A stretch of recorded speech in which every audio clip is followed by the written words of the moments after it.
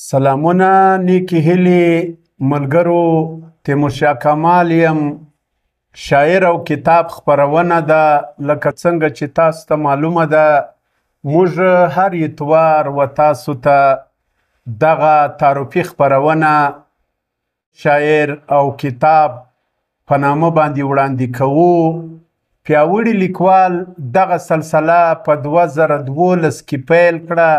او تر 2014 پورې په چاپي رسنیو کې په بېلابېلو مجلو کې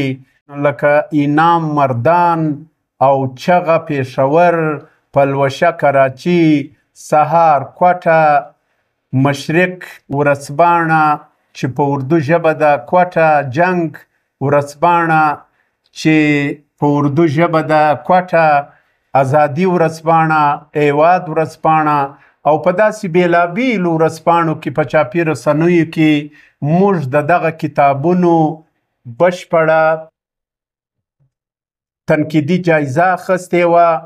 او پر دې باندې مباحثونه کړي وو او موږ ټولو لیدونکو ته هغه ملګري شاعران، هغه لیکوال چا چې د پښتو ژبې لپاره زیار ایستلی وو، خواري یې کښلې وه، نو موږ یې په اعتراف کې پیاوړي لیکوال دا هڅه وکړه چې دغه لیکوال و خپل ولس ته، و خپلو خلکو ته او و نورو قامونو ته معرفي کړي. نو موږ دغه سلسله تر 2014 پورې وچلوله او بیا چې څه وخت خواله رسنۍ راغله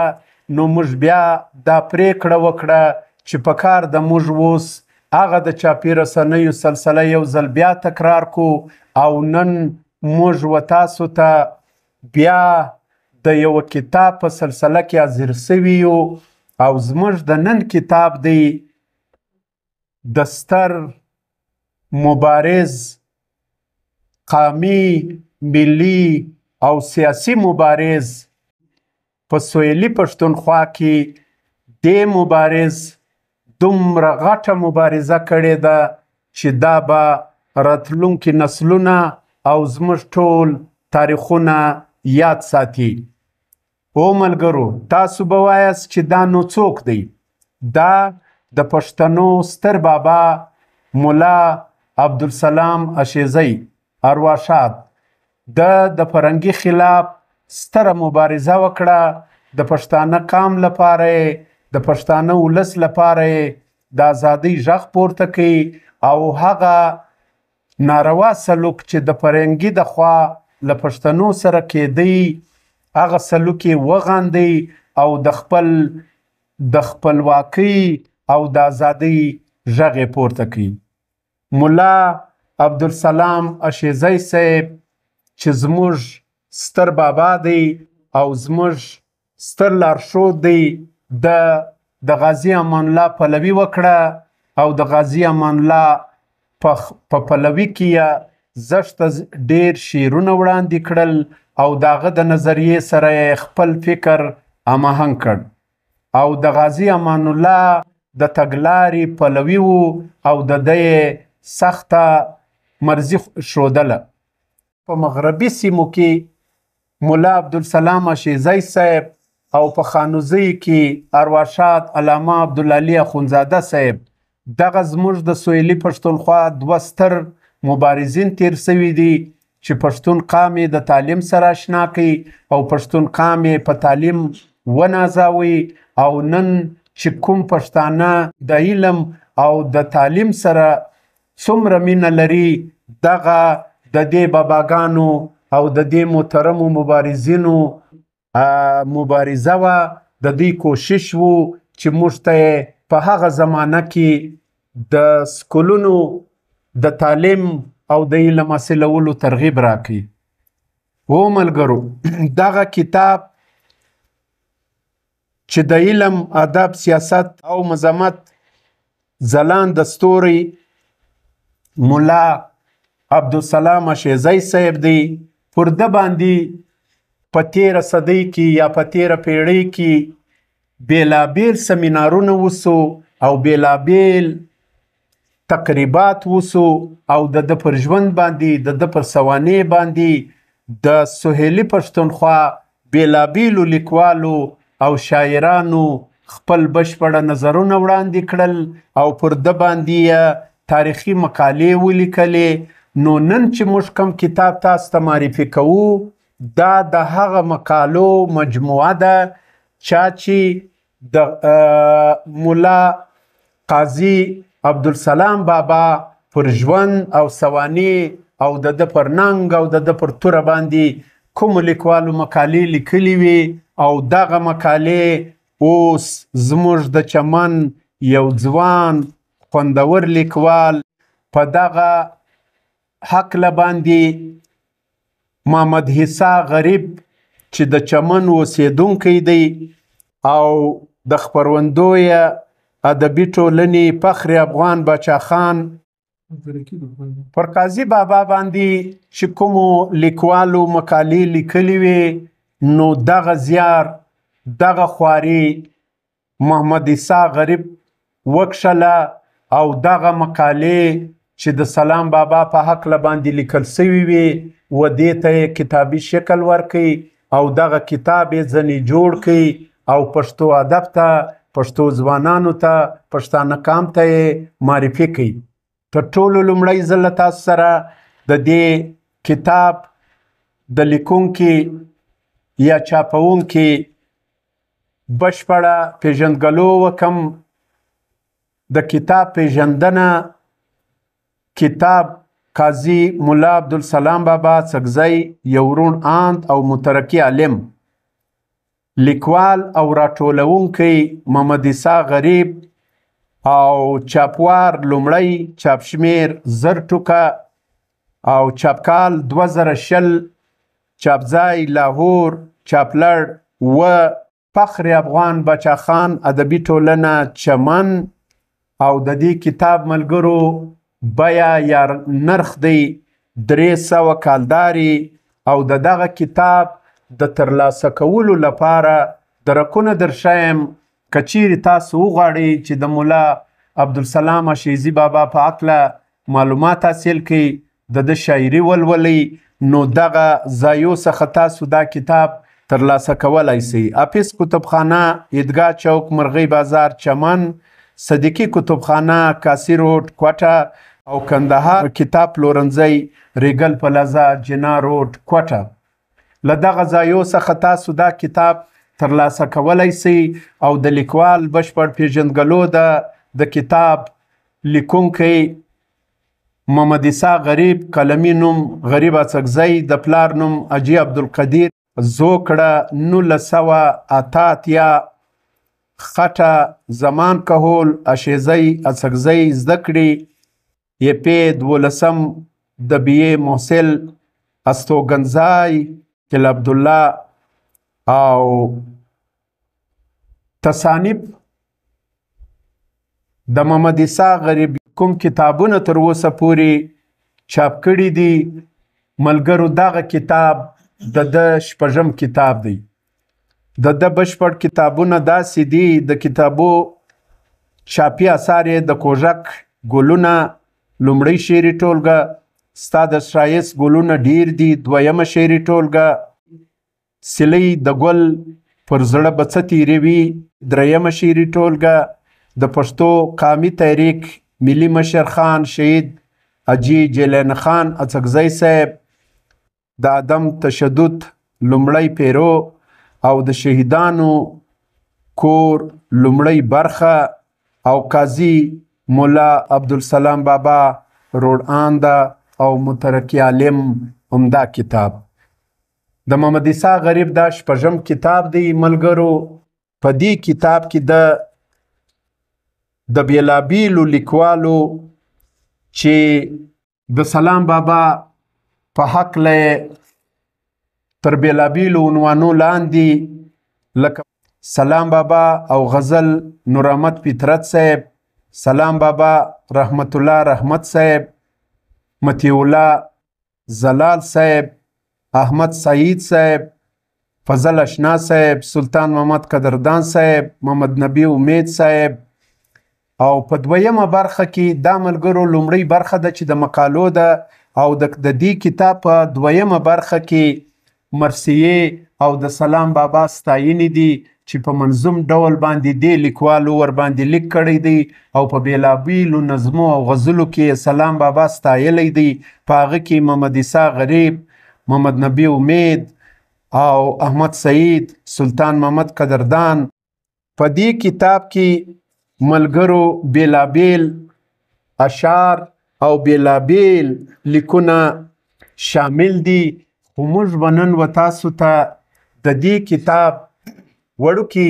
اقتباسات تاسو ته وړاندې کړو په دې هیله چې تاسو به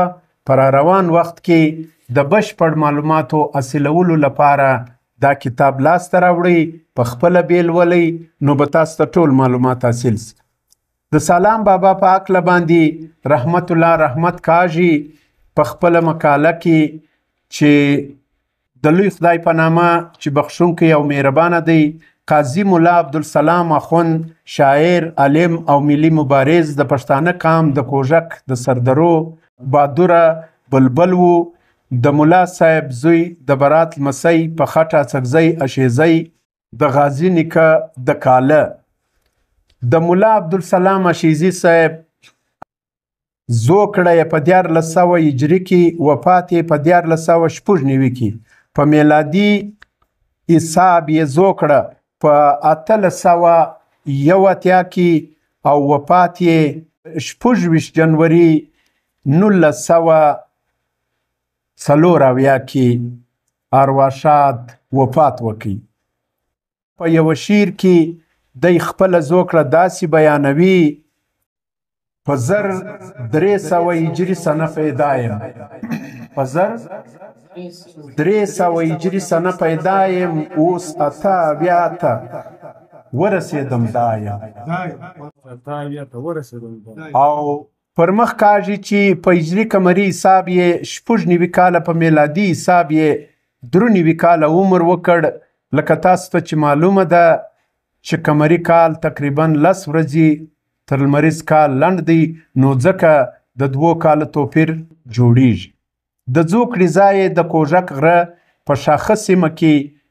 چې پنډه نومیږي کلي کې د شیلاباغ څخه 15 کیلومتره د شمال خواته، لکه دی چې په یو خپل فارسی شعر کې وایي: زاد بودم و خانه دارم در جبال، زاد بودم و خانه دارم در جبال، 5 میل از شلباغ سمت شمال. سلام بابا خپل زده کړې لومړنۍ زده کړې د خپل پلار څخه پیل کړې او د پلار تر مرګ وروسته بیا پښین ته ځي، وروسته بیا د لوی کندهار زړه کندهار ښار ته ځي او هلته مروجه زده کړې زده کوي. د ده د زوکړې په داسې وخت کې چې ټول برصغیر د انګریزي ښکېلاک لاندې و او پر لوی افغانستان یې د دویم یرغل تړاکونه دوام درلود. د ده د زوکړې څخه یو کال وړاندې په کال 1880 کې د میوند له برمه ډکه غزا چې د ملالې له حماسي ټپو او زورورو غازیانو په جرأت پسوللې ده، غازي ایوب خان په مشرۍ کې سرته ورسېده او د انګریزي ښکېلاک زخمونه لا تازه و. د دې ولس د ځورولو لپاره یې دوامداره دسیسې جوړولې چې لا د هغه د سیمو زخمونه او داغونه زموږ پر ولس اوس هم شتون لري. دغسې ملګرو سلام بابا په خپل کتاب کې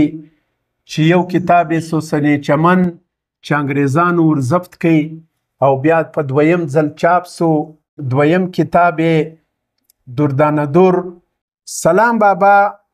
په خپل ژوند کې داسې مبارزې وکړې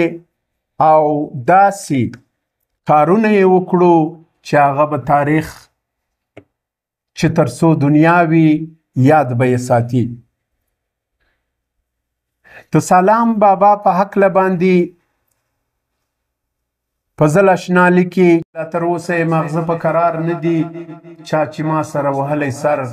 په څنګ دی. په ټول پښتون وطن کې د قام اتل بچي ورسره په کلکه مبارزه اخته و چې هره پوله کې یې هډونه ورسره مات کړو او د فرنګي په هر وخت یې سرماتی جواب ورکوي.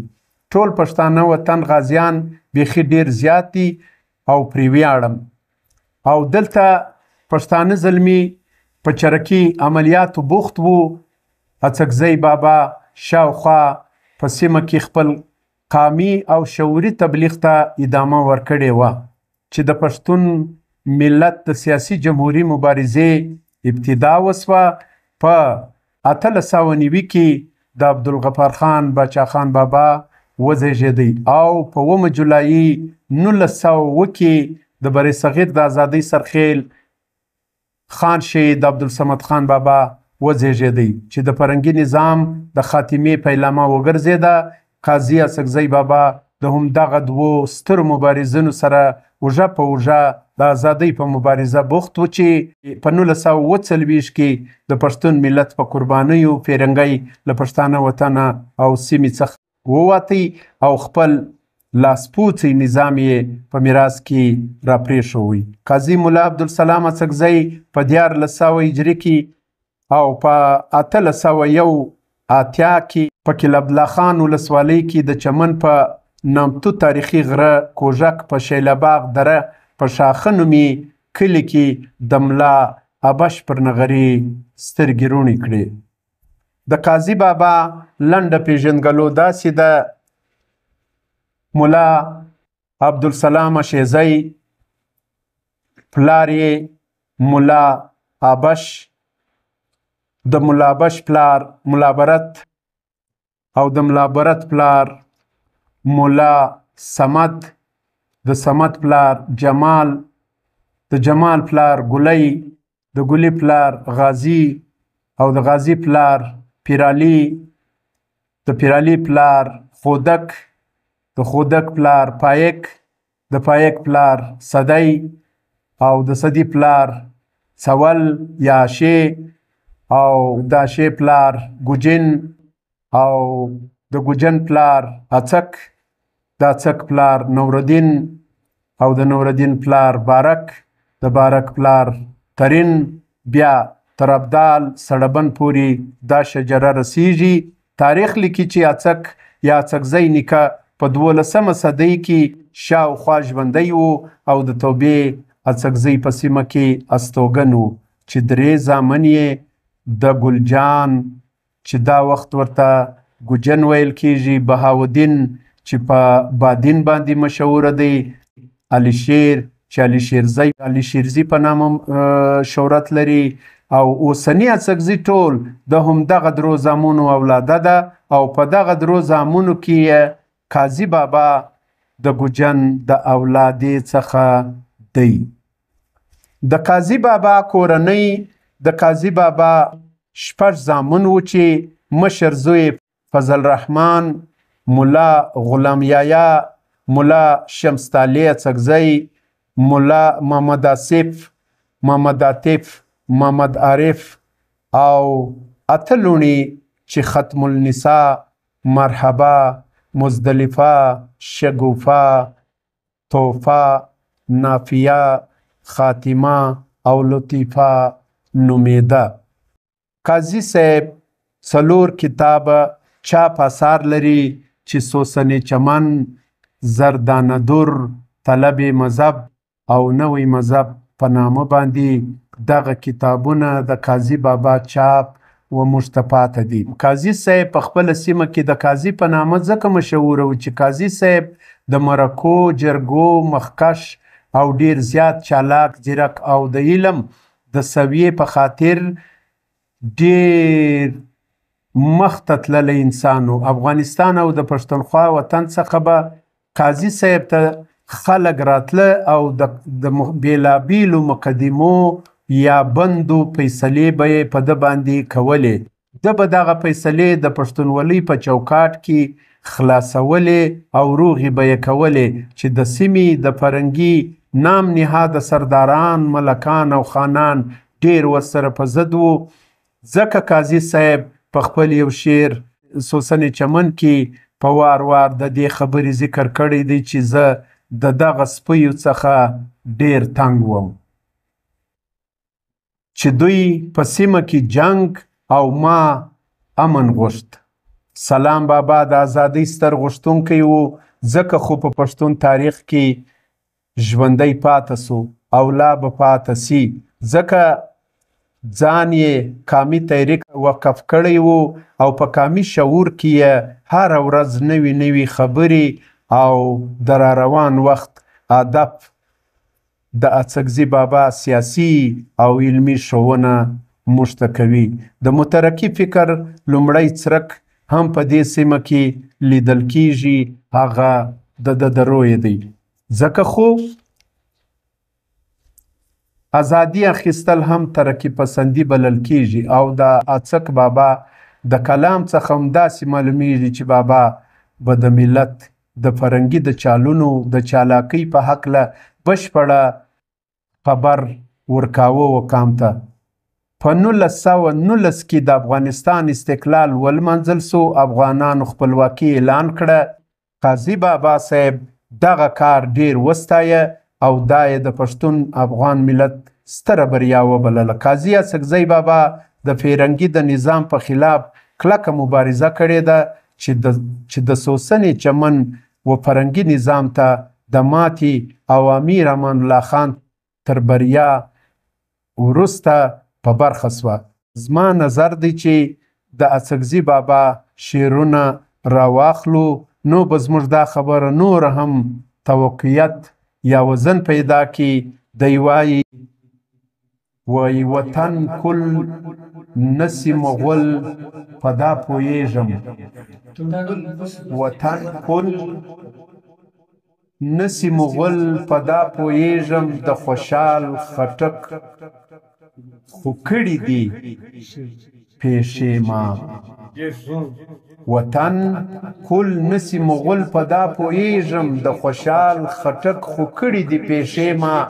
زما په نظر رښتیا هم اڅکزی بابا د مغول وروسته د فرنګي نظام په خلاف د خوشحال بابا رول لوبولی دی. بل ځای پښتون ملت ته داسې د بیدارۍ اشاره کوي چې هغه هم په فرنګیانو کې حساب دی،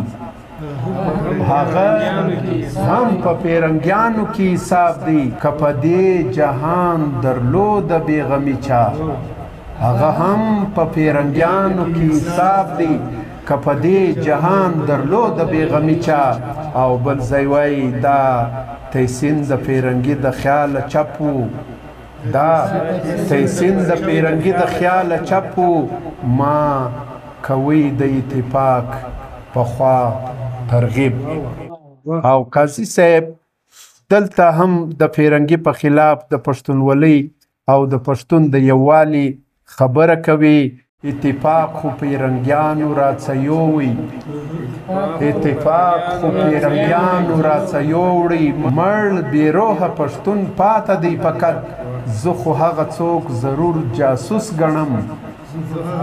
زه خو هغه څوک ضرور جاسوس ګڼم چې کوي د فرنګیانو ملاقات. او بل ځای وایي کندهار به اوس لڅري فرنګیانو، کندهار به اوس لڅري فرنګیانو، که په توره د میوند نه وی آباد. او بل ځای سلام بابا بیا وایي ابراهیم نسوځي اور عبدالسلامه، ابراهیم نسوځي اور عبدالسلامه، که جوهال پښتانه ومني نمرود. سلام بابا مترقي او با علمه څوک و، روڼانده څوک و، او د خپل قام د ښځې او نر لپاره هغه څه غوښت چې الله او د هغه پیغمبر فرمایلی دي. شغټ وینو په قرآن کې دا آیات د دوی په شان کې، یعنی ښځو له حصه سته، د میراثه همیشه سته، او چې د دوی مور و پلار مړه وو، که شتمن و که ماړه وو، یا د ښځو قریبان څه ولاړو پاته سو سامان څه. ځان په دې آیات خبر که چې د ښځو ولور ورکه. قرآن ډیر سته په دې باب کې، نه ځایږي په کتاب کې. حق د ښځو څه راز خورو موږ په قرآن باور لرو موږ. او د کونډیانو په هکله لیکي سلام بابا موږ چې کومه ناسمه رویه د خویندو او د لوڼو په هکله باندې رواج کړې ده وایي خرڅوو لوڼې